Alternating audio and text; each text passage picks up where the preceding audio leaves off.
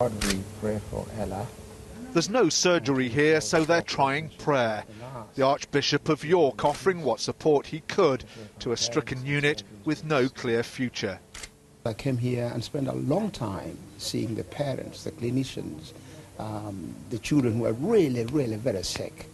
And everybody was on task, everybody was committed at the well-being of children. And then suddenly you get this big bombshell.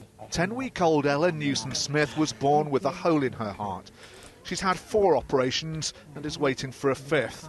But since the decision was made to suspend surgery at the Leeds Heart Unit, her parents have no idea where or when the operation will be. The surgeons here know Ella from birth. They've worked on her from birth. They know everything about her. And for her to go to somebody else that doesn't know her, to an area that doesn't know Ella, we're a little bit worried, to be honest.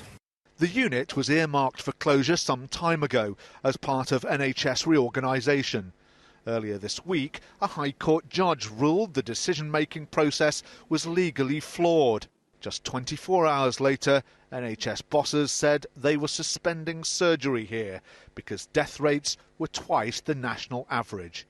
Inaccurate and misleading, according to senior staff at the unit.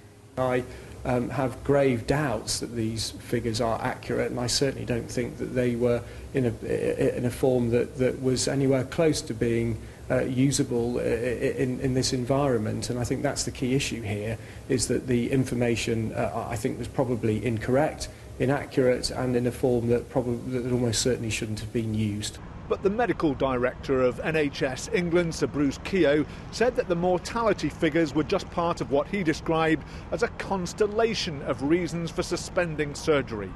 And he talked of what he described as rumblings within the cardiac surgery community that all had not been well in Leeds for some time.